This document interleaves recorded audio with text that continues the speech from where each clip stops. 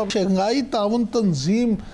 کا جو اجلاس ہوا ہے اس میں انڈیا کو جو سبکی اٹھانا پڑی ہے اس کی وجوہات کیا ہیں، اور ان سارے موضوعات پہ بات کرنے کے لیے آج خاص طور پہ ہمارے ساتھ موجود ہیں سابق صدر آزاد کشمیر اور سابق سفیر پاکستان کے جو امریکہ میں رہے ہیں سردار مسعود احمد خان صاحب۔ تھینک یو ویری مچ سردار صاحب، آپ نے ٹائم دیا۔ سر یہیں سے شروع کر لیتے ہیں کہ ڈونلڈ ٹرمپ نے ایران پر امریکی پابندیوں میں نرمی کا عندیہ دیتے ہوئے جو یہ کہا ہے کہ تہران تعمیر نو کے لیے تیل بیچ سکتا ہے، اس سے ایران کے معاشی مسائل کیا ٹھیک ہو جائیں گے؟ اس کا کس حد تک امکان ہے، اور کیا آپ یہ سمجھتے ہیں کہ اب موجودہ حالات میں پاکستان اور ایران کی تجارت بھی بڑھ جائے گی؟ جی، اس میں ایک بہت اہم نقطہ ہے،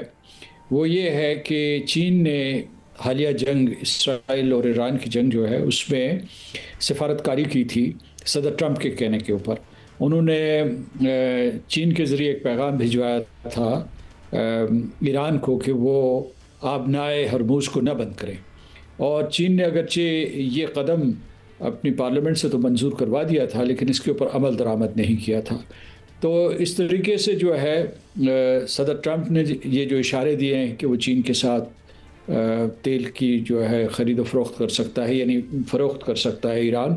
اور اس کے علاوہ انہوں نے ایران کی طرف بھی کچھ جھکاؤ دکھایا۔ اس کی ایک وجہ یہ بھی ہے کہ وہ ان کو دنیا ایک پیس میکر کے طور پر جانے، اور دوسری وجہ یہ تھی کہ ایران نے جب آخری شب قطر کے اوپر حملہ کیا تو انہوں نے امریکہ اور پھر قطر دونوں کو پہلے سے خبردار کر دیا تھا۔ تو اس وجہ سے چین کو ایک طریقے سے یہ بھی پس پردہ چین کی بھی سفارتی فتح ہے، اس نے ایران کا ساتھ دیا، اور اس میں اس نے بہت اعلان کیے بغیر، چرچا کیے بغیر بہت اہم سفارتکاری بھی کی۔ اچھا سردار صاحب، یہ فرمائیے گا کہ چین کا کیونکہ آپ نے ذکر کیا، تو چین میں یہ جو شنگھائی تعاون تنظیم کا اجلاس ہوا ہے، پاکستان میں اس کو یہ کہا جا رہا ہے کہ دو طرح سے کامیابی ملی ہے، سفارتی کامیابی۔ ایک تو یہ کہ بلوچستان میں جو حملہ ہے اس کی مذمت کی گئی، اور دوسرا یہ کہ پہلگام جو واقعہ ہے اس کا ذکر بھی نہیں کیا گیا۔ انڈیا جو ہے حالانکہ اس کی پوری کوشش تھی۔ تو آپ ان جو کامیابیاں ہیں سفارتی ان کو کس نظر سے دیکھتے ہیں؟ یہ ایک طریقے سے بڑی کامیابی ہے پاکستان کے لیے، لیکن میرا خیال ہے کہ ہندوستان خود اپنے پاؤں پہ کلہاڑی مارتا ہے۔ اس نے شنگھائی کوآپریشن آرگنائزیشن میں جو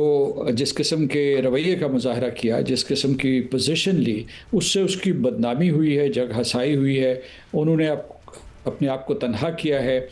اور دوسری یہ ہے کہ وہ سمجھتے تھے کہ جی کسی طریقے سے یہ اس تنظیم کو آپ غم اور غصے کی وجہ سے جو ہے رون ڈالیں گے، تو ایسا نہیں ہوا۔ بہانہ ان کا نقطہ نظر نہ چین نے قبول کیا، نہ روس نے قبول کیا، نہ اس کے علاوہ ازبکستان، قازقستان، تاجکستان، ایران، کسی نے بھی قبول نہیں کیا، تو ان کا نقطہ نظر مسترد کر دیا۔ اس کے برعکس جو ہے، جو کہتے ہیں کہ جو اعلامیہ تیار کیا جا رہا تھا اس میں جعفر ایکسپریس کا ذکر تھا، کلبھوشن یادو کا ذکر تھا، اور اس کے بعد جو ہے بلوچستان میں جو بھی ہندوستان کے دہشت گردی کے حملے ہوئے ہیں یا ان کی سرپرستی میں دہشت گردی کے حملے ہوئے ہیں ان کا ذکر تھا۔ تو ظاہر ہے وہ قبول نہیں کر سکتا تھا، اور پہلگام کے کوئی ان کے پاس ثبوت موجود نہیں کہ پاکستان اس میں ملوث تھا۔ اور بین الاقوامی دنیا کی باری بعد میں آتی ہے، وہ ابھی تک ہندوستان کے اندر اپنی پارلیمنٹ اور اپنے اداروں اور اپنی حکومت کو یہ نہیں بتا سکے کہ واقعی اس میں کوئی پاکستان پس پشت تھا اور اس کی کوئی اس قسم کی اسپانسرشپ تھی۔ تو دوسرا یہ ہے کہ جب میں چین میں ہوتا تھا اس وقت ہم کوشش کرتے رہتے تھے کسی طریقے سے شنگھائی تعاون تنظیم میں پاکستان داخل ہو جائے۔ ہندوستان جو شروع میں سست تھا، بعد میں بہت اس نے بھی رفتار پکڑی، اور روس اور چین اور جو وسطی ایشیا کے ممالک تھے انہیں سب سے بڑا خدشہ یہ تھا کہ ہندوستان اور پاکستان کو جب ہم اس تنظیم میں داخل کریں گے تو یہ اپنے باہمی مسائل کو یہاں لے آئیں گے، اور وہی ہو رہا ہے۔ ہم نہیں لاتے، ہم تو صرف جو اس کا اپنا مینڈیٹ ہے یا جو اس کے اپنے مقاصد ہیں اس کے دائرے میں رہتے ہوئے جو امور ہیں وہ شنگھائی کوآپریشن آرگنائزیشن کے سامنے لاتے ہیں، لیکن ہندوستان جو ہے اپنا جھوٹا ایجنڈا وہاں پیوست کرنے کی کوشش کر رہا ہے، تو اسے ناکامی ہوئی، پاکستان کو کامیابی ہوئی، اور پھر یہ ہے کہ وہاں ایک اور جو ہے ایک پروسیجرل حرکت بھی ہندوستان نے کرنے کی کوشش کی۔ اس نے یہ کیا کہ اپنی باری پہ بول کے جو بھی انہوں نے زہر افشانی کرنی تھی وہ کرنے کے بعد اشارتاً یا واضح طور پر، اس کے بعد جب ہمارے وزیر دفاع بول گئے تو اس کے بعد انہوں نے باری مانگی اور کہا تھا کہ ہمارے جو بھی تقریر کی اس کا جواب دے سکیں، لیکن وہاں جو میزبان تھے انہوں نے سختی سے انہیں منع کر دیا ہے۔ آپ نے صحیح لفظ استعمال کیا تھا، اس معاملے میں بھی ان کی سبکی ہوئی۔ بالکل۔ اچھا سردار صاحب یہ فرمائیے گا کہ ایران پہ اگر پابندیاں نرم ہوتی ہیں جس طرح کے اندیا دیا ہے پریزیڈنٹ ٹرمپ نے، تو کیا آپ سمجھتے ہیں کہ اس سے پاکستان کو بھی فائدہ ہوگا تجارتی حوالے سے؟ جی یقیناً فائدہ ہوگا۔ مثلا جو ہمارے اوپر معاشی پابندیاں لگی ہوئی ہیں، ایک ہم نے جو Iran Pakistan gas pipeline, اس کے سلسلے میں ہمارا مسئلہ الجھا ہوا ہے، ایران کی طرف سے تعمیر مکمل ہے، ہم نے اس سے تعمیر کرنا ہے، اور اس کے بعد اگر ہم تعمیر نہ کریں گے تو پاکستان کے لیے جرمانہ ہے۔ تو اگر یہ معاشی پابندیاں ایران سے اٹھتی ہیں تو پاکستان اس سے براہ راست مستفید ہوگا۔ لیکن دو تین چیزوں کو ذہن میں رکھیے گا کہ ابھی بھی جو ہے اسرائیل اور ایران کے درمیان جو جنگ بندی ہے وہ بہت فریجائل ہے، اور یہ مسئلہ اس وقت تک نہیں حل ہو سکتا جب تک کہ غزہ کے لیے بھی کوئی حل نہ ڈھونڈا جائے، کیونکہ غزہ کے سلسلے میں یہ بیانات آتے ہیں کہ انہوں نے کوئی ایسی مخلوط حکومت بنانے کی کو تجویز دی ہے، اور صدر ٹرمپ یہ اشارہ دے رہے ہیں کہ وہ غزہ میں بھی جنگ بندی کریں گے۔ تو ایران جو ہے اس کی مخالفت اسرائیل سے یہ بھی ہے کہ وہ غزہ کے اوپر ظلم کر رہا ہے۔ ویسے تو ساری کی ساری جو ہے اس وقت ہیومینٹی، تمام بین الاقوامی برادری اسرائیل کی مذمت کر رہی ہے، لیکن واضح ترین انداز میں جس ملک نے اس پہ ایک موقف قائم کیا ہے، اور ابھی حال ہی میں انہوں نے جو ہے اسرائیل کو نشانہ بھی بنایا ہے، وہ ایران ہے۔ سردار صاحب اتنی بربریت کے باوجود بھی جو پریزیڈنٹ ٹرمپ ہیں ان کے مشیر تو کہہ رہے ہیں کہ کچھ عرب ممالک ایسے ہیں جو اسرائیل کو تسلیم کرنے جا رہے ہیں، تو اس میں کوئی حقیقت ہے؟ جی اس میں سے بہت سے ممالک تو پہلے ہی تسلیم کر چکے ہیں۔ امارات ہے، اس کے بعد مصر جو ہے اس نے تسلیم کیا ہوا ہے، اردن نے تسلیم کیا ہوا ہے، سوڈان نے کیا ہوا ہے، موراکو نے کیا ہوا ہے۔ ابھی جو صرف جو آخری ملک رہ گیا تھا وہ سعودی عرب تھا، اور جب میں واشنگٹن میں ہوتا تھا مجھے پتا ہے کہ سعودی عرب کے اور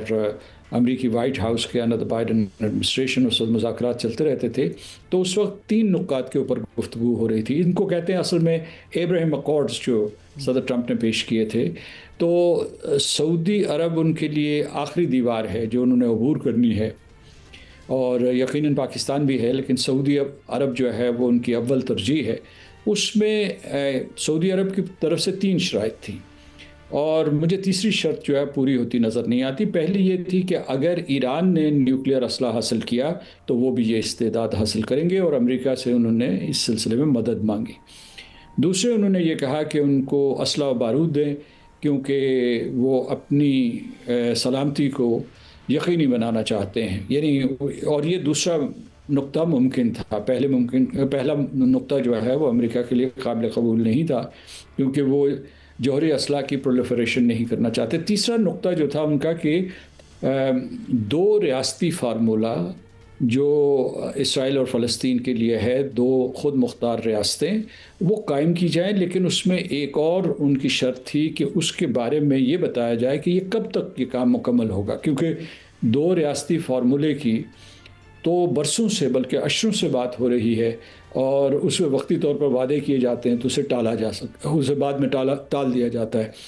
تو یہ اگر آپ ذہن میں رکھیں تو ہم نے دیکھنا ہے سب سے پہلے جو ہے اولی ترجیح بین الاقوامی برادری کے لیے، عرب ممالک کے لیے، اور میں سمجھتا ہوں امریکہ کے لیے یہ ہے کہ غزہ میں قتل و غارت، نسل کشی، جینوسائیڈ، اس کو ختم کروایا جائے، اور اس کے بعد یہ ہے کہ جو ان جرائم کے ذمہ دار ہیں انہیں جواب دہ قرار دیا جائے، کیونکہ اس میں عالمی ادارے موجود ہیں۔ ابھی یہ ہے مسئلہ، یہ ہے کہ اس وقت جو ہے یعنی ایک اعتبار سے دیکھا جائے گا چین بھی بہت طاقتور ملک ہے، اور اس روس بھی ہے، لیکن جو بین الاقوامی سطح پہ بالخصوص مشرق وسطیٰ میں ایک ہی ملک ہے جس کا سکہ چل رہا ہے، وہ امریکہ، کیونکہ امریکہ جو ہے وہ نان پرولیفریشن ٹریٹی، جس کو آپ نیوکلیئر نان پرولیفریشن ٹریٹی کہتے ہیں، اس کے محرکین میں سے ہے، اس کے جو فاؤنڈنگ ممبرز جو ہیں ان میں سے ہے، اور اس نے یہ معاہدہ کروایا تھا۔ لیکن اس مرتبہ خود اسرائیل کے کہنے پہ امریکہ جو ایک جوہری ریاست بھی ہے، اور اس کے علاوہ امریکہ جو ہے سلامتی کونسل کا مستقل رکن بھی ہے، اس نے ایران کے اوپر حملے کی۔ تو میں اس وجہ سے یہ آپ کو تناظر بتا رہا ہوں کہ مسائل بہت الجھے ہوئے ہیں، اور دیکھیے کہ اس میں سے کیا سفارتی کنجی نکلتی ہے جس کے ذریعے فلسطین میں ہو سکے، غزہ میں قتل و غارت گری ختم ہو۔